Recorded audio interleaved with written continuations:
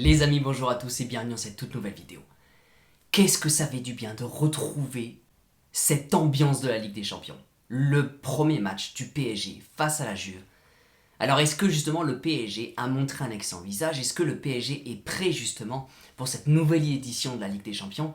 On va voir tout ça justement dans cette vidéo, on va tout débriefer ensemble. Les amis, je vous souhaite un excellent visionnage. C'est parti.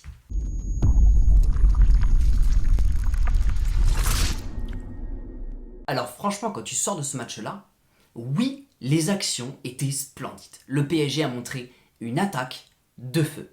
Mais quand tu sors de ce match, tu as un avis plutôt mitigé. Tu te dis, est-ce que le PSG a montré un beau visage? Est-ce que vraiment le PSG a réalisé un match accompli? C'est pas forcément simple. Bon, déjà, bravo à Kylian Mbappé parce que vraiment son doublé, il est magnifique. Mais derrière le PSG, encore une fois, ils peuvent se faire rattraper par des détails. Pour moi, dans ce match-là, les détails ont une importance capitale. Regardez directement la première phase. Le PSG met un but sublime à la 4e minute grâce à Neymar et Mbappé. À la 18e minute, le PSG est à deux doigts de se faire égaliser. Donnarumma sort une parade somptueuse. Et après, vous l'avez remarqué, il y a un léger cafouillage avec un dégagement directement au sol de la part de Sergio Ramos. La Juventus est vraiment à un fil d'égaliser.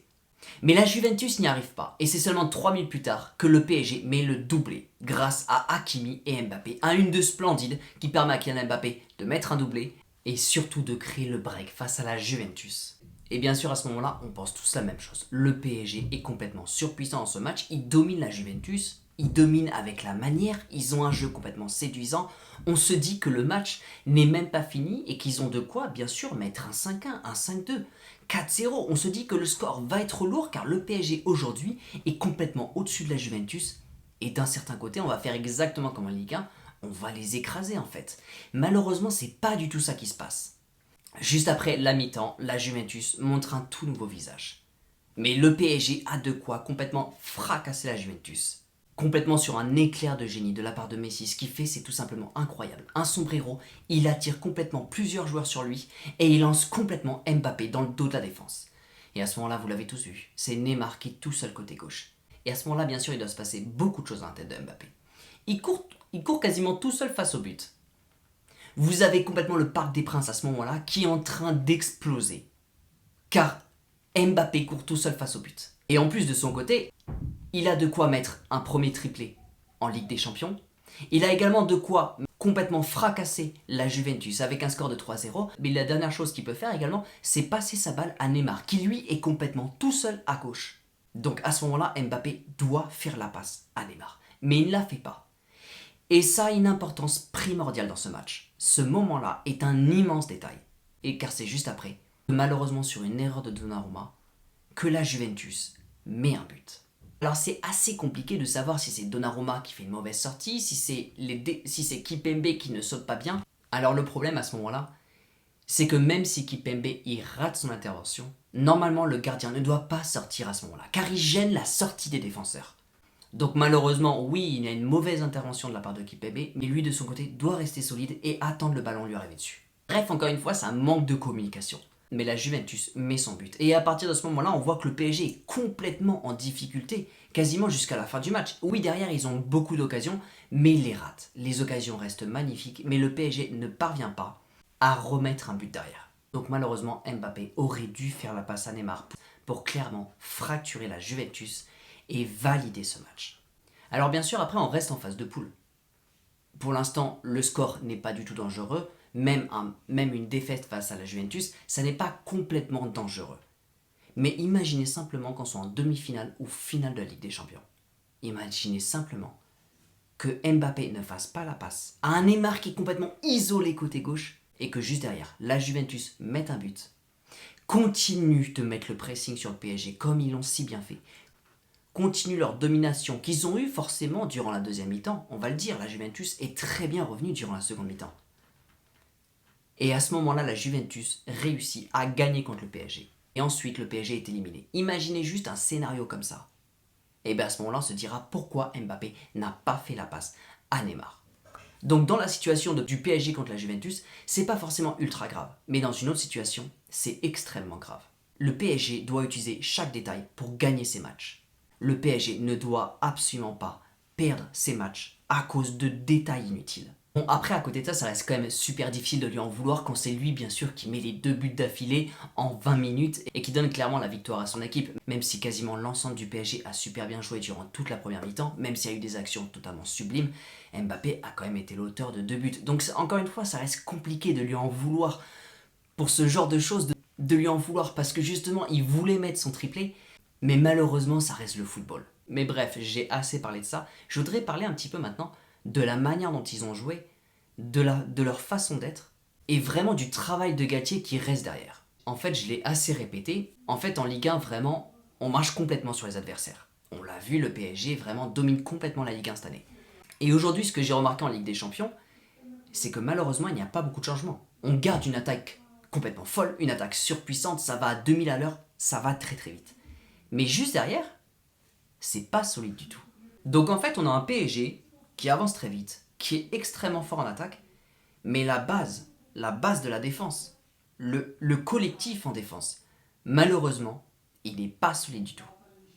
Et en fait, ce qui me fait peur, c'est qu'on reproduise exactement les mêmes erreurs pour cette année. C'est-à-dire que le PSG va avoir l'habitude de mettre des buts. Mais le moment où ils vont être face à un adversaire où ils n'arrivent pas à marquer, donc le PSG peut également se retrouver face à des adversaires où ils n'ont pas la chance avec eux. Et à ce moment-là, l'adversaire va en profiter et se projeter dans leur défense. Est-ce que ça sera solide? Malheureusement, je ne pense pas, car le PSG aujourd'hui, leur défense, le gardien, mais pas seulement le gardien, également l'alignement des défenseurs, la solidité de notre défense, pour le moment, ça n'est pas à jour. Donc en fait, quand je vois le PSG aujourd'hui, j'ai l'impression, d'une certaine manière, que c'est un peu tout feu tout flamme. On l'a vu hier soir, première mi-temps complètement explosif. Un PSG qui part à 1000 à l'heure, des actions somptueuses. Les actions, elles sont vraiment toutes belles.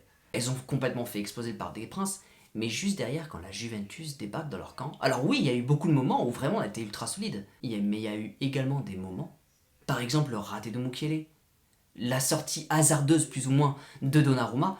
C'est des moments que malheureusement on n'a plus le droit de voir. Il faut être beaucoup plus fort que ça. Et c'est pour ça que je vous parle un peu de tout feu, tout flamme. C'est-à-dire que le PSG avance vite, court vite, attaque très vite. Mais le problème, c'est que avancer vite, sans avoir la solidité derrière, c'est extrêmement dangereux. En fait, pour comparer un petit peu cette situation-là, c'est comme si par exemple vous avez une relation qui démarrait par un énorme coup de foudre. En fait, des fois, ces relations, elles sont complètement merveilleuses. Et vraiment, ça vaut le coup de les vivre. Des fois, ces relations, malheureusement, vu qu'elles sont basées sur un coup de foudre, c'est-à-dire par tout ce qui est extérieur, c'est ensuite que vous partez dans la nécessité de construire l'intérieur, c'est-à-dire de baser la solidité et bien sûr de commencer à construire tout simplement les bases de la relation. Et des fois, malheureusement, ça ne marche pas. Et c'est après peu de temps qu'il faut recoller les morceaux, ou tout simplement vous avez la relation qui a du mal à tenir. C'est pour ça qu'il y a certaines personnes qui préfèrent complètement baser leur relation sur des bases complètement solides et ensuite faire en sorte que la relation soit complètement explosive. Alors j'ai pris cet exemple-là parce que pour moi ça illustre complètement la situation du PSG actuel. On a une attaque complètement explosive, mais derrière les bases ne sont pas solides. Le collectif, il est parfait. L'attaque, elle est parfaite. Mais derrière la défense, les bases, elles manquent de solidité. Et quand on va se retrouver en Ligue des Champions face à des adversaires monstrueux, on va leur mettre des buts, on va avoir des occasions, on va avoir un jeu complètement séduisant, on va aller très vite en attaque. Les adversaires, ils vont avoir peur de nous. Mais quand ils vont commencer à nous presser, à réussir à nous dominer, à ce moment-là, est-ce que réellement on sera solide?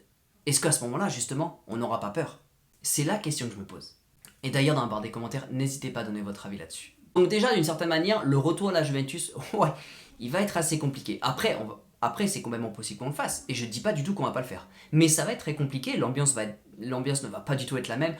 Au Parc des Princes, on avait une ambiance complètement folle. Et d'ailleurs, bravo à tous les supporters parisiens parce que vraiment, l'ambiance était monumentale. Ça s'entendait complètement à la télévision. Dès que la Juventus avait le ballon, forcément ils étaient sifflés, le PSG était encouragé, ils ont fait complètement leur job.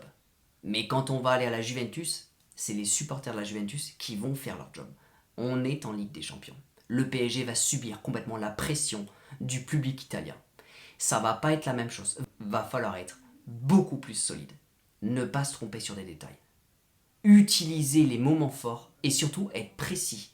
Ne pas avoir la tête dans le guidon, ne pas avoir un manque de maturité dans le dernier geste. Donc bref, un retour à la Juventus, je pense qu'il va être compliqué. Ça m'étonnerait pas qu'on le fasse, honnêtement, je pense qu'on a complètement les armes pour y arriver, mais ça va être compliqué. Faut pas s'attendre à un match facile. Après, vraiment, pour la suite de la compétition, il faut absolument que Galtier mette les bons ingrédients pour absolument solidifier l'équipe du PSG. Vraiment, j'espère vraiment qu'il va utiliser certains détails pour leur dire qu'à certains moments, ils ne font pas malheureusement les bons choix. Et après, par contre, pour rester sur une note vraiment positive sur la vidéo, franchement, ça fait trop du bien de voir ce match-là. Le PSG a montré une première mi-temps tout simplement somptueuse. Vraiment, on va pas dire autre chose. À chaque fois que le PSG crée une occasion, ça reste vraiment, tout simplement magnifique. Le PSG a une force technique, une force collective en attaque. Ça donne vraiment de super belles images. Et surtout, j'ai beaucoup aimé l'entrée de Carlos Soler. Je vous avais dit que ce joueur-là, moi, clairement, il m'intéresserait beaucoup. Et j'ai regardé un petit peu son jeu. Déjà, sur l'un de ses premiers ballons, il arrive à récupérer un coup franc car il est dos au but. Mais je pense que ce joueur, il va vraiment être intéressant pour la suite de la saison. Et d'ailleurs, bravo à Galtier car il a réussi à faire sortir Messi. Et il avait dit, sortir Messi, ça serait l'une des personnes la plus difficile à sortir. Il a eu cran de le faire quand même en Ligue des Champions, donc bravo à lui. Au final, le PSG n'a pas perdu son match. Oui, ça a été chaud à certains moments, mais le PSG quand même a réussi à tenir. Mais moi, je n'aime pas beaucoup ce terme réussir à tenir. Je préfère que le PSG domine. Je préfère beaucoup plus que ça. Je préfère que le PSG vraiment domine, pas qu'une seule mi-temps, qui domine vraiment sur tout le match. Ça reste difficile, mais on peut y arriver. Le PSG, bien sûr, remporte les 3 points. Au final, c'est vraiment le plus important, mais il reste malheureusement encore beaucoup de travail à effectuer. N'hésitez pas d'ailleurs à me dire dans la barre de commentaires ce que vous avez pensé de ce match. Je vous retrouve très vite dans une toute nouvelle vidéo. Les amis, n'oubliez pas, prenez soin de vous et surtout n'oubliez pas que ici c'est Paris.